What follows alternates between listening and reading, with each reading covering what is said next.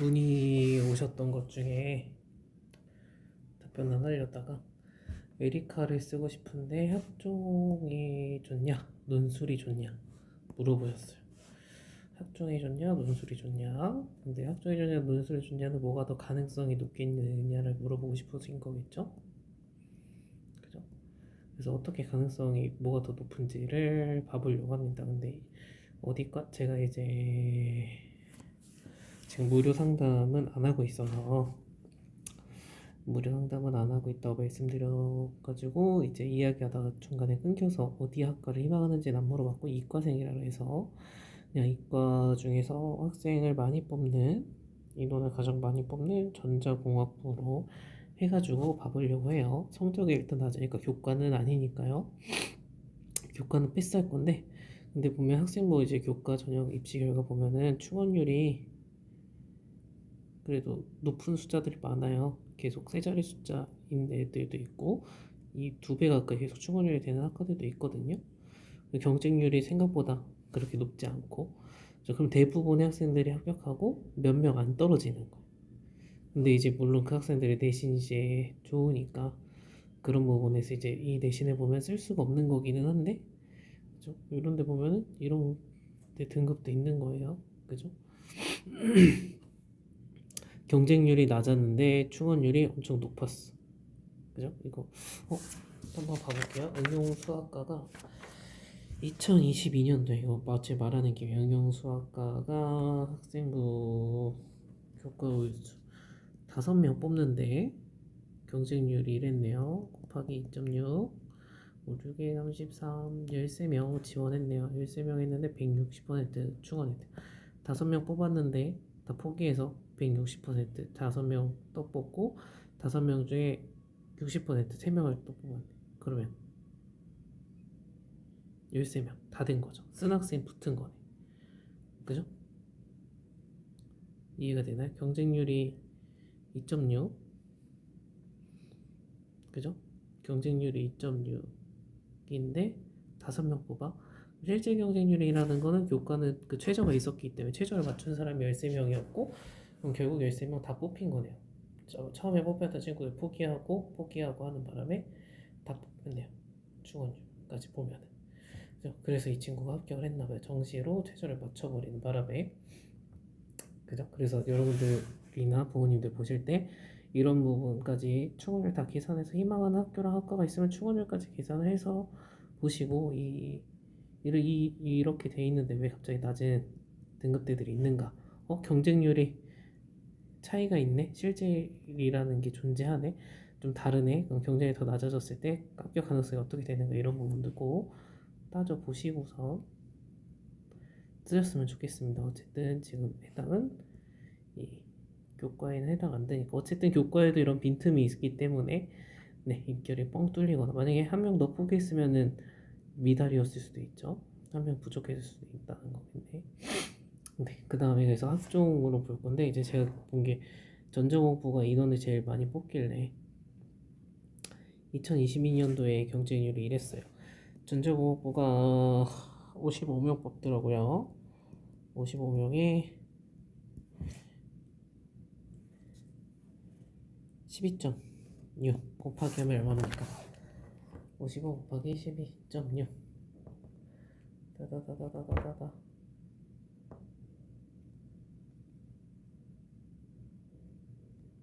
계산이 안 돼. 머리가 안 돌아요.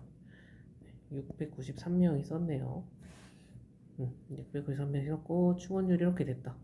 그럼 55명 뽑은 다음에 그냥 더 뽑았다고 할게요. 100%라고. 그럼 110명까지 뽑힌 거죠. 그럼 빼기 해보면 얼마야? 위에 583명이 있네요.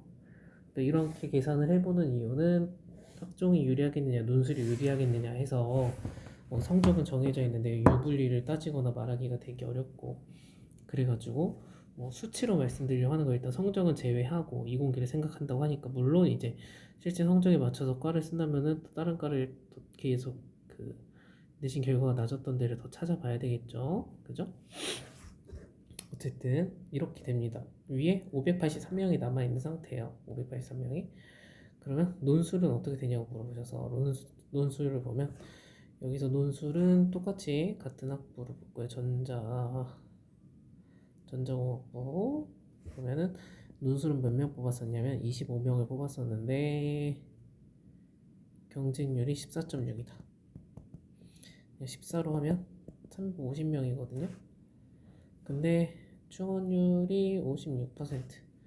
그러면 25명 뽑고 그냥 50% 절반, 12명 할게요. 36명 뽑았다.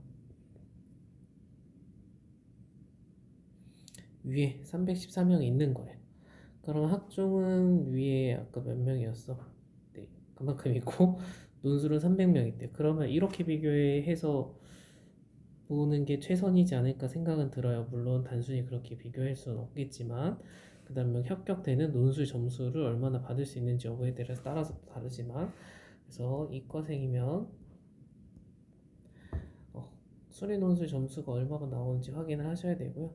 그 다음에 학교마다 수리 논술 점수가 되게 낮은 곳들이 있어요. 지금 여기 보면 점수 이렇게 되는데 인하대 같은 경우에는 점수가 논술 합격 평균 점수가 바닥이다. 바닥 50점 안 되는 학과들이 있다. 그러면 거기들은 왜 논술 점수가 그렇게 되는지, 난이도가 어떤지, 내가 풀면 몇 점이 나오는지, 네, 그런 것까지도 비교를 해보시고선 하셔야 될 것 같고요.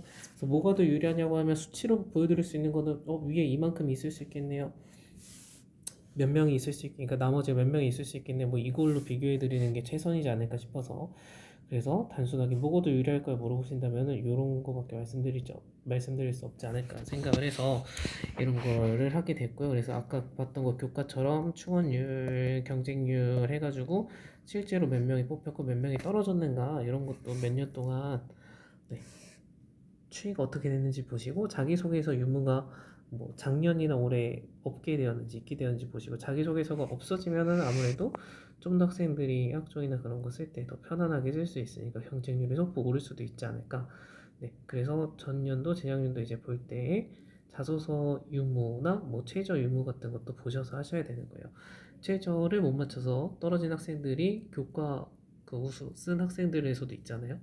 수능까지 공부를 못 해가지고 그러면 경쟁률이 줄어들었어요. 근데 최저가 없으면은 그렇게 줄어들 경쟁률이 없이 그냥 쓴 경쟁률 그대로 가게 되는 거기 때문에 그런 부분까지도 그 전년도에 그 수시 모집을 진행한 그 접수를 받을 때 조건들을 보셔야 된다. 지금 자소서가 많이 폐지됐지만 자소서 유무나 뭐 최저 유무에 대해서 전해랑 올해랑 어떻게 바뀌었는지 그런 바뀌었다는 거 없어졌으면은 상승할 확률이 있겠구나 이런 부분들 생각하셔서 하셔야 됩니다. 그래서 어쨌든 네 3할 5초다. 네 5등급 때까지는 저는 뭐 수도권에 그래도 우리가 부모님들이나 학생분들이 만족할 대학을 할 수 있는 방법은 논술 전형밖에 없다고 생각하는 사람이고 그건 문과나 이과나 상관없이 그렇게 생각을 하고 수리를 정말 포기해서 안 되겠다는 이과생들이나 학생들 같은 경우에는 저는 학과보다 대학교 가서 더 좋은 친구라고 하면 좀 더 이제 좋은 환경에서 공부하고 집에서 가까운 데 다니고 하는 것들을 위해서는 네, 취업할 때 꼭 그 학과 전공대로 취업하지 하라는 법이 없으니까 네, 본인 노력 여하에 따라서 취업할 때 또 다른 분야로 자기가 할 수 있는 거니까요. 그래서 저는 네, 수리가 자신 없으면 인문 논술을 추천하는 사람입니다. 네, 인문 논술을 일단 합격했어. 한 다음에 추후에 본인이 다녀보니까 도저히 못 다니겠다.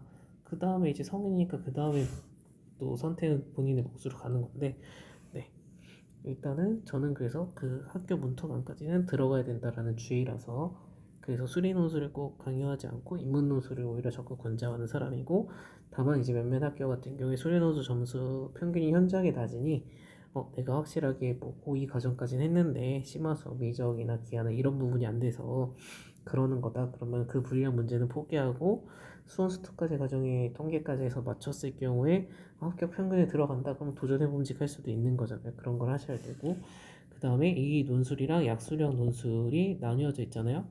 약수령 논술 3대장이 있어요. 3대장 가천대, 네, 서경대, 그 다음에 플러스 수원대. 그래서 무조건 약수령 논술 쓰면은 한 곳 하나만 쓰지 말고 두 개 써야 돼. 그래서 논술 선택지도 두 개니까 둘 중에 내가 어떤 논술 학교 유형을 선택할지도 잘 고민을 하셨으면 좋겠다. 논술 쓸 때. 그래서 논술 쓸 때는 성적은 어차피 의미 없다.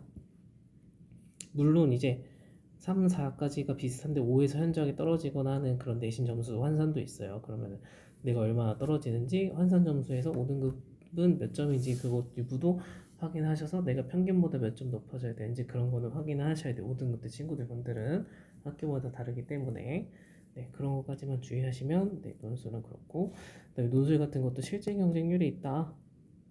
네, 접수한 학생들 이 인하대 같은 경우에 접수를 했지만 보러 안 오는 학생들 뭐 포기하거나 그래서 그런 학생들 같은 거에 의해서 실제 경쟁률이 생기기 때문에 그럼 다른 학교도 비슷한 네 우리가 생각하고 쓴 학교들에서도 학생들이 논술 공부를 그럼 실제적으로 못하고 왔거나 안 했거나 하고 올 확률이 더 높지 않겠는가. 그럼 보여지는 경쟁률 말고 없지만 실제 경쟁률이 여전히 별도로 존재한다고 우리가 생각을 하고 조금 더 마음의 여유를 갖고선 준비를 하면 좋은 결과를 얻을 수 있지 않을까 생각을 합니다. 그래서 이거 에리카에서 이공계인데 논술이 낫겠냐 학종이 낫겠냐 물어보신 부모님이 계셔가지고 제가 이제 그와 관련해서 좀 찍어봤고요. 네, 그래서 오늘은 여기까지만 하고 마치겠습니다.